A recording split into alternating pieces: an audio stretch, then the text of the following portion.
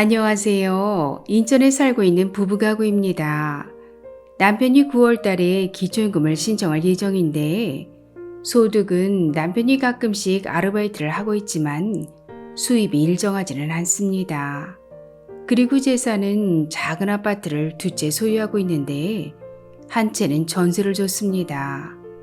그런데 궁금한 게 있어요. 친구가 그러는데 집이 두 채 있으면 기초연금 못 받는다고 하더라고요. 더구나 요즘 집값이 너무 떨어져서 걱정인데 진짜로 빨리 팔아야 할까요? 혹시 자식에게 증여해 놓으면 안 될까요? 그리고 뽑은 지 8년 정도 된 3300cc 승용차를 갖고 있는데 중고차 값은 한 500만 원이나 하려나? 이것도 기초연금에 문제가 될까요? 주민센터에 전화했더니 9월 달에 기초연금 신청할 때 그때 와서 얘기하라고 하더라고요. 그럼 너무 늦는 것 아닌가요? 어찌나 불친절하든지. 알베르토 쌤, 저희 부부가 기초연금을 받기 위해 무엇을 조심해야 할지 정확한 답변 부탁드립니다.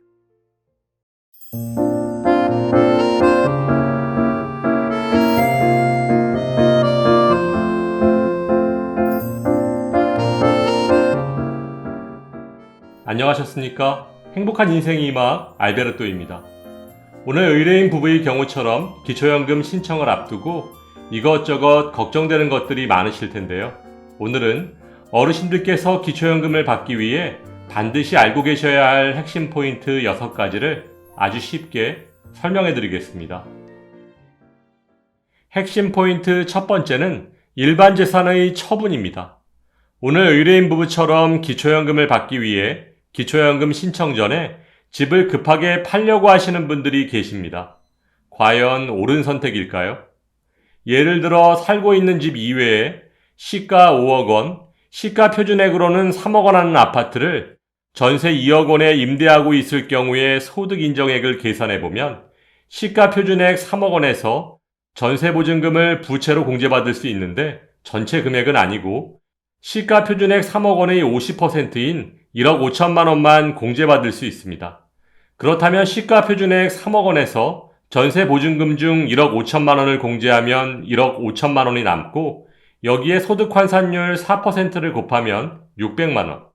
이것을 다시 12개월로 나누면 50만 원입니다. 따라서 아파트에 대한 소득 인정액은 50만 원입니다. 그렇다면 이번엔 집을 팔아서 정기예금에 넣어두면 어떻게 될까요? 아파트를 5억 원에 팔아서 2억 원 전세보증금을 돌려주면 3억 원이 남고 이 3억 원을 정기예금에 넣어두었다고 가정하면 금융재산 3억 원에서 기본공제 2천만 원을 공제하면 2억 8천만 원이고 여기에 소득환산율 4%를 곱하면 1120만 원. 이것을 다시 12개월로 나누면 93만 3천 원입니다. 그리고 3억 원에 대한 월 이자 소득이 30만 원이라고 가정하고 여기에 기본공제 4만 원을 차감한 26만 원을 더해주면 아파트를 팔아서 생긴 금융재산에 대한 소득 인정액은 123만 3천 원이 됩니다. 그렇다면 아파트를 두 채 소유했을 때의 소득 인정액은 50만 원이고 기초연금을 받기 위해 아파트 한 채를 팔았을 때의 소득 인정액은 123만 3천 원입니다. 두 가지 경우를 비교해보면 소득 인정액이 2.5배 정도 차이가 나는데요. 더구나 요즘처럼 금리가 가파르게 상승할 때는 이자 소득이 더 늘어날 것입니다. 따라서 집을 그냥 갖고 있는 것이 팔아서 현금으로 갖고 있는 것보다 기초연금을 받기 위해 훨씬 유리하다는 점 꼭 기억하시기 바랍니다. 핵심 포인트 두 번째는 재산의 증여입니다. 혹시라도 오늘 의뢰인 부부께서 기초연금을 받기 위해 시가 5억 원, 시가 표준액으로 3억 원 하는 아파트를 아들에게 증여한다면 시가 표준액 3억 원을 기준으로 일정 기간 부모의 재산에 포함됩니다. 쉽게 설명드리면 증여재산 3억 원에서 부부가구의 자연소비분 월 256만 원을 차감해서 모두 없어질 때까지 117개월, 즉 9년 8개월 동안 차액만큼 부모의 재산에 포함된다는 얘기인데요. 기초연금을 받기 위해 시가 5억 원 아파트를 아들에게 증여해 놓는 것은 기초연금도 못 받고 집도 잃게 되는 최악의 선택일 수 있습니다. 핵심 포인트 세 번째는 국민연금 추납 임의가입 연기연금입니다.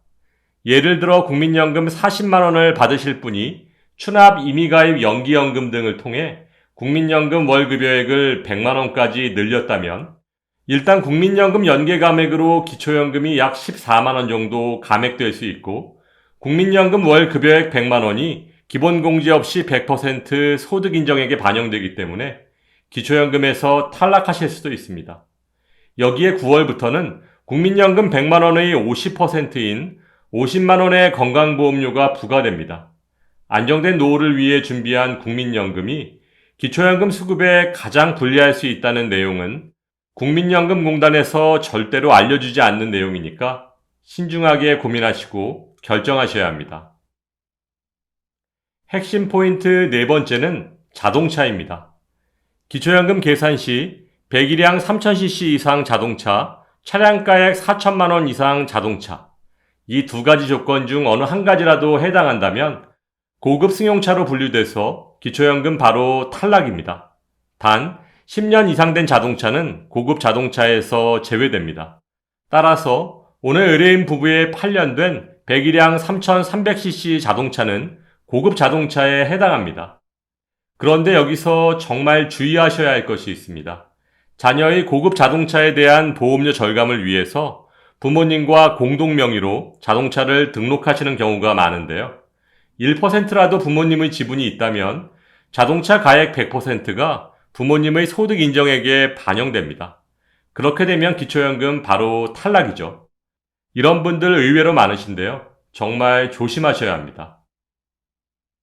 핵심 포인트 다섯 번째는 가족 간의 금전거래입니다. 기초연금 계산 시 금융기관에서 대출한 금액은 부채로 인정해서 100% 공제해 줍니다. 하지만 가족 간의 차용증을 통한 금전거래는 부채로 인정받을 수 없습니다. 물론 이자 면에서는 조금 유리할 수는 있겠지만 기초연금 계산 시에는 불리할 수 있으므로 가족 간의 돈거래 신중하게 판단하시기 바랍니다.